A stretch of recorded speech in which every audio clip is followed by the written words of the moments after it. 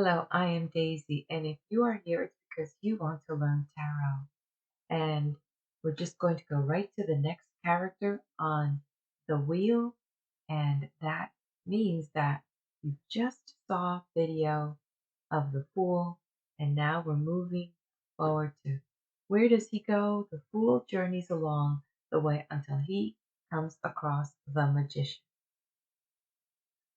So if you remember what I said, there are different decks. They may look the same, but they do have some small alterations. So it's important for you to look at the symbols and the imagery on there and draw what's inside of you.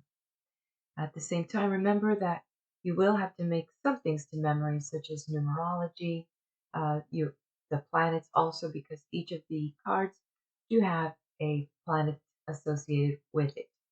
And so that's going to help you and enrich you as you embark on the journey of discovering the wonderful world of tarot.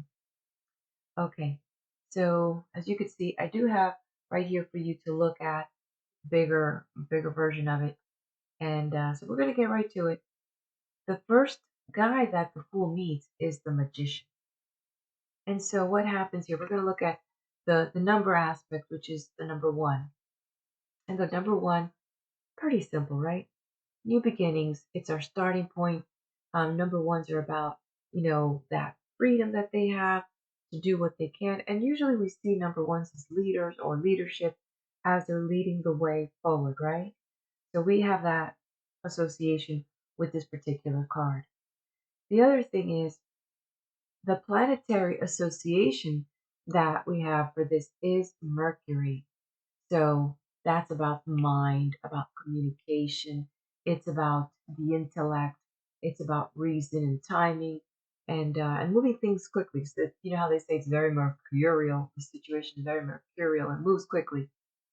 So when we look at this, it's not too hard to kind of make that association, right? So the number one, new beginnings. Mercury is the first planet from the sun. So that makes it easy, right? And so we're looking at the magician. Let's look at some of the symbols real quick. And just a few to mention. We're going to look at what we see here immediately. Besides the number one, we're going to see this pose, a very commanding pose. And he's pointing up and he's pointing down. I mean, look very closely. Look very closely at that finger on his left hand. He is saying, I am commanding as above, so below. So he's there working with God, with Jesus, just saying as above, so below. So working together. And so that's kind of the first thing, that his pose is very commanding, very indicative of the attitude that he has, and that he is very aware that he has this connection with God, so this spirituality, and he's connected with that and understanding the material world. And why do we say that? Well, the way he stands in his pose. He has that authority, he has that command, and that's what he's working with. So just by looking at that kind of that idea, say with this card, and we see the beautiful color with the beautiful color yellow here, which is also associated with the intellect, with happiness, and with also this whole energy. We see that radiant color of yellow, also talking about this control and this energy and this wisdom. The other thing that we're going to look at here is this wand.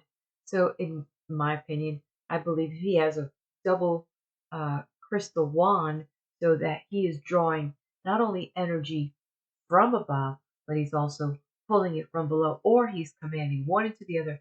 However his intellect wants to send that information up to heaven, or God, work with me and bring this down here. So he's got that ability. He's got that power. God has given him this tool. Not the one it's the one in his hand to work with. So we see that he's got that ability to manifest things into reality on this plane. So what does that mean about this person? There is some level of self mastery. Unlike the Fool, this at this stage, there is already so much that has been, learned. The other thing that we can look at are what I would say the workbench. So he has a place to do his craft. He has resources. He can take time because he's got that place to work with. So we see that being identified here, and that also reveals that this person is a person that is dedicated to this craft of spirituality and manifesting. Also on the workbench, what we also see, as you can see there, is you can see that there's some things on there. We've got a sword, we've got a wand, we've got some pentacles and a cup. So all these things, pretty much, whatever the imagination wants to create, now this person has the resources, has the sense of knowing that this person can and he will. Another giveaway that we see are the flowers that are here in the forefront. And so again, I just want to take a minute to show how how similar yet how different the cards are. So in this deck, there's roses at the top and lilies at the bottom. This card in this deck that we have here from the rider-waite, they have the lilies and the roses together. So either way, what we see here is that these ideas are going to blossom. And then the red robe that we see that this person is wearing also talks about the passion that they have and the energy that they're bringing to push this project and their goals forward. So these are the things that we see. Another thing that I do want to mention is the white tunic. He's got a white tunic, so it means that what he does is coming from a pure place. There's purity to his intentions, there's purity to his plans and his purpose, and so he's got that purity of the things that he wants to make happen. And then the other one is almost missed it, the infinity symbol. The infinity is like this halo of holiness, just there, constantly protecting him, constantly illuminating him, and keeping that connection with the divine. So he has wisdom and holiness, connecting with that. So how do we, before we close this out, how do we work this out in a reading? Pretty simple. So if it shows on the upright, what we have here is we're looking at someone that you know is able to work and has the skills to get the job done.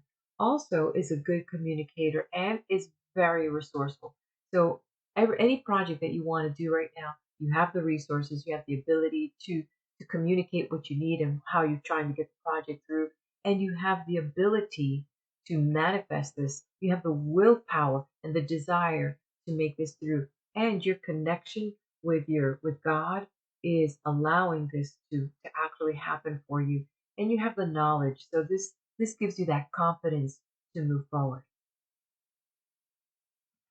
On the reverse now, totally different. Now, what's happening? Remember, we talked about the opposite. Something's blocking you from being able to manifest right now. You may need to revisit your plan, get back to that workbench, take a look. Where was the hiccup? Go back to where it was all running smooth. And what was that place that, had that little crossroad, and now you need to revisit that. And you may want to reaffirm your vision. You want to go back to that.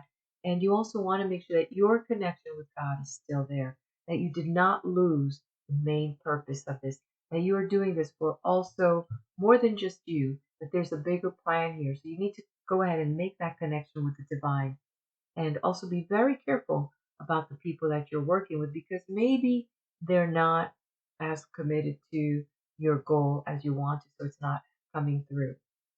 So there you have it. So now, what is going to do as the fool, where's my friend? As the fool journeys on with the knowledge of the the magician, and now he's on his way happily with this knowledge to go ahead and meet up with the high priestess. Go check that out on the next video.